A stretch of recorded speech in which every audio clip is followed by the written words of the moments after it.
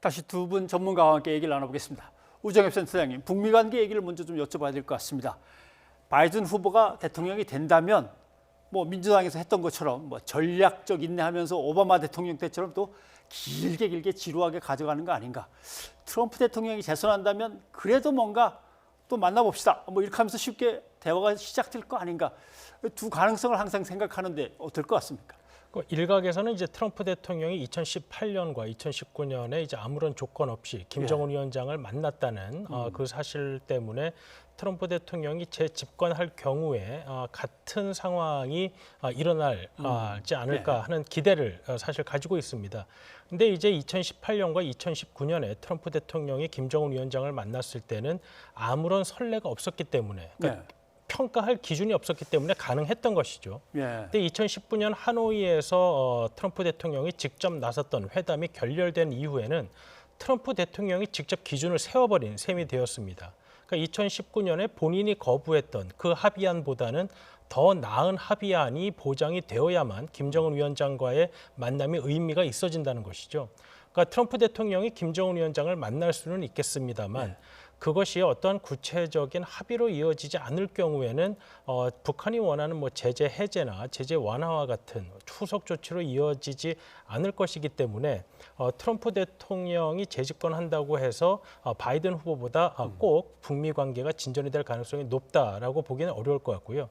현재 바이든 후보나 아니면 트럼프 행정부가 2019년 2월 하노이 회담 이후에 견지하고 있는 정책들은 다 북한이 일단 진지하게 협상을 나와야 미국이 받아주겠다라는 것입니다. 그러니까 트럼프 대통령이나 바이든 후보 모두 북한을 협상에 이끌기 위해서 무언가를 먼저 하겠다라는 입장은 아니기 때문에 두 후보 간의 대북 정책의 차이에 있어서 물론 뭐 트럼프 대통령은 김정은 위원장을 친구라고 하고 뭐 바이든 후보는 김정은 위원장을 뭐 깡패다 이렇게 표현의 차이는 있을지언정 정책으로 들어갔을 경우 북한의 변화를 기다리는 수동적인 입장이라는 측면에서는 큰 차이가 없다고도 볼 수 있겠습니다. 알겠습니다.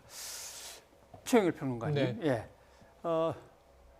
주둔군에 대한 방위비 협상 얘기를 좀 해봐야 될 것 같습니다. 트럼프 정부에서는 한 400%, 500% 올려서 그냥 받아내려고 애를 썼던 게 있으니까 설마 바이든 후보가 대통령이 되면 민주당도 그렇고 바이든 후보도 그렇고 국제적인 질서와 연대, 동맹국과의 유대 관계, 또 연대 이런 걸 중요시하니까 설마 그렇게 마구잡이로 뭐 이런 표현이 적절할지 모르겠지만 뜯어내려고 하지는 않겠지 이런 예측이 있었는데 그럴까요? 저는 그럴 것으로 봅니다. 그것을 또 확신시키기 위해서 지금 이 뭐 미국 대선 유권자를 향한 이 유세의 와중에 우리나라 매체 기고문까지 보내면서 자, 한미 동맹은 돈으로 계산할 수 없는 가치다. 나는 이것을 다시 복원하겠다. 지금 약간 묘한 측면이 있어요. 이번 선거가. 트럼프의 행동이 과거로 친다면 공화당 대통령의 모습이 아니에요. 그리고 지금 바이든 후보가 보여주는 한미 동맹에 대한 모습이 전통적으로 공화당이 가지고 가던 정책적인 모습이에요. 지금 민주당과 공화당 후보가 좀 한미 동맹 문제에서는 바뀌어 있는 착시 현상을 보여줘요.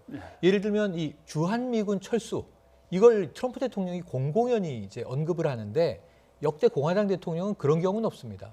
이 민주당의 경우에 지미 카터 대통령이 90년대 박정희 대통령의 장기 독재가 길어지니까 이 한미 관계 틀어지면서 주한미군 철수론을 이야기했고 그때 이제 이 핵 독자 개발을 이 자주국방을 박정희 대통령이 선언하면서 또 12.6이라는 이제 비극적인 사태를 맞게 되는 과정이 한 번 있었지만 미국의 대통령이 이 미군을 철수하겠다 한반도에서 이런 얘기는 지금 트럼프 대통령이 초유고 그 이유가 지금 돈이지 않습니까?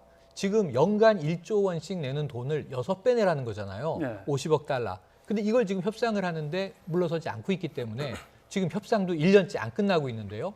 근데 이제 아마 바이든 대통령이 된다면 한미 간의 이런 주로 압박하고 이 돈으로 이야기하는 분위기는 많이 좀 전환될 것이다. 원래 모습대로 이제 원복될 것이다라고 기대해 볼 수는 있어요. 이런 측면에서 한미 관계, 한미 동맹 관계는 오히려 좀 안정적이 될 수 있고 돈 플러스 지금 조기 전시작전권 통제를 환수하는 문제 이것도 지금 브레이크가 걸려 있습니다. 한미 관계는 사실은 껄끄러워요. 북미 관계는 표면적으로는 지도자들 간 친하다. 탑다운으로 뭔가 이루어질 가능성이 있다. 결단이 남아있다. 다만 근데 아까 말씀하신 대로 시스템 때문에 못 움직이는 건 김정은 위원장이나 트럼프도 다 알죠. 말로 할 수 있는 일이 아니라는 건 이건 국가적 관계는 별도의 논의 사안이다. 하지만 지도자 간 신뢰는 유지되고 있다고 북측도 인정하는 걸 보면 이게 지금 4년간 쌓아온 신뢰 자산이라고 북한은 보고 있는 건데 바이든이 들어서면 이건 0에서 혹은 마이너스에서 다시 시작해야 되는데 이 대통령과 만날 가능성은 아주 희박하거든요. 북한 입장에서는 트럼프의 재선이 아주 크게. 근데 우리 입장에서도 사실은 지금까지 만들어온 남북미 관계가 있기 때문에 트럼프 대통령의 스타일은 패턴대로 가되 새로운 전략들을 구사해야 되고 예. 바이든 대통령이 들어선다 하더라도 우리가 북미 간 사이에서 역할할 기회는 또 증폭될 수 있습니다. 그래서 결국 우리 하기 나름이다. 예. 우리의 전략이 무엇이냐. 이게 더 중요할 것 같습니다. 알겠습니다. 그러면 한미 중 얘기도 해봐야 될 것 같습니다. 사드 때 워낙 네. 미국, 중국 사이에 껴서 호되게 당했고 그 이후부터 계속 어려움이 진행돼 왔기 때문에 어떻습니까? 두 사람 중에 누가 되느냐에 따라서 중간에 끼어 있는 우리의 위치 또 우리의 어떤 행동 양태나 아니면 바운더리도 달라질까요? 트럼프 대통령이 재선이 된다면 아마 지금 미국 정부의 정책에서 뭐 크게 달라지진 않을 것입니다. 이제 바이든 후보가 당선이 된다면 바이든 후보는 이제 트럼프 대통령보다 동맹 및 파트너 국가들과의 연대를 매우 강조하는데 이것이 오히려 우리에게는 이제 부담이 될 수 있는 것이죠. 그러니까 오바마 대통령 재임기에도 남중국해 문제라든지 아니면 러시아와 우크라이나 등의 관계에 있어서 우리나라가 정치적으로 미국을 지지해 줄 것을 굉장히 강력하게 요구를 했습니다. 동맹이란 가치를 공유하기 때문에 이런 부분에 있어서 같이 나서줘야 된다는 것이죠. 그래서 바이든 후보가 당선이 되면 방위비 같은 뭐 돈이 섞인 계산적인 문제에 있어서는 유연할지 모르나 이런 가치를 위한 동맹 간의 연대에 있어서는 오히려 강하게 압박을 할 수가 있습니다. 특히 민주당 정부가 이제 한미일 안보 협력 부분을 굉장히 강조하고 있기 때문에 현재와 같은 한일 간의 갈등 관계를 오히려 미국이 한국을 압박하는 차원으로 한미일 관계를 개선하려고 할 가능성이 있어서 바이든 정부가 들어서는 것이 꼭 동맹 관계에서 우리에게 아주 뭐 편하기만 하다라고 보기에는 어려울 것 같습니다. 자, 경제 문제도 잠깐은 좀 들여다봐야겠습니다. 오늘 증시 쪽에서는 상당히 반응이 있었습니다. 쑥쑥 올라가는 몇 개의 그 종목들이 있었는데, 자, 우리 경제와 미국 대선의 결과와 어떤 연관이 지어질지 한번 예상을 해주시죠. 일단 아까 이제 바이든 정책에 대해서 우 교수님이 말씀하신 것에 이어가면 지금 문제는 우리가 WTO 사무총장에 유명희 후보가 도전하고 있는데 일단 지금 열세이죠. 코로나19 때문에 좀 선출은 미뤄질 것 같습니다만 어쨌든 유럽과 아프리카 쪽이 이제 나이지리아 후보를 지지하면서 우리는 어려운데 엉뚱하게도 우리는 미국 무역 대표부의 지지를 받고 있어요. 이게 또 상황이 조금 묘하게 꼬여 있는 겁니다. 아까 우 교수님이 말씀하신 그거예요. 바이든 대통령이 들어섰을 때 아마 이 무역 질서의 문제는 트럼프 대통령 혼자 아메리카 퍼스트를 외치면서 보호주의로 막 끌고 갔던 부분은 좀 복원이 될 것 같아요. 그러면 이제 무역 질서 같은 것은 WTO 중심의 국제기구의 위상도 좀 높아지고 미국도 지금 사실은 파리 기후협약을 탈퇴하지 않았습니까? 바이든 후보는 내가 대통령 되면 가장 먼저 파리 기후협약에 복귀할 것이다. 그러니까 이런 국제 질서에 좀 존중을 하면서 아까 말씀하신 연대 이로 갈 거라는 점에서는 저는 다소 이 수출 무역이 중요한 우리나라 입장에서 코로나19 상황에서 지금도 선방하고 있지만 사실은 이 미국의 중국 때리기 때문에 우리가 이두저두 못했던 화웨이 사태를 비롯해서 뭐 한두 가지입니까? 그러니까 우리가 또 미국 편에 서게 되면 중국에 진출하는 데 계속 이게 문제가 제기되잖아요. 특히 이제 자동차 배터리 문제 같은 것들. 그래서 이런 것들은 좀 완화될 것이다.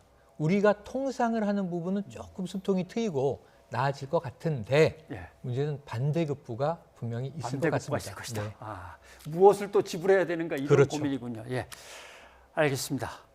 어쨌거나 어느 후보가 당선되든 간에 그동안 흐트러졌던 것 또는 일탈했던 것들을 바로잡으면서 미국이 좀 건강한 변화가 일어났으면 하는 간절한 바람이었는데 이거는 일단 선거 결과를 또 지켜보고 어떤 얘기들이 나오는지 뭐 들어봐야겠습니다. 우정엽 센터장님, 오늘 최평론가님 두 분 고맙습니다. 고맙습니다.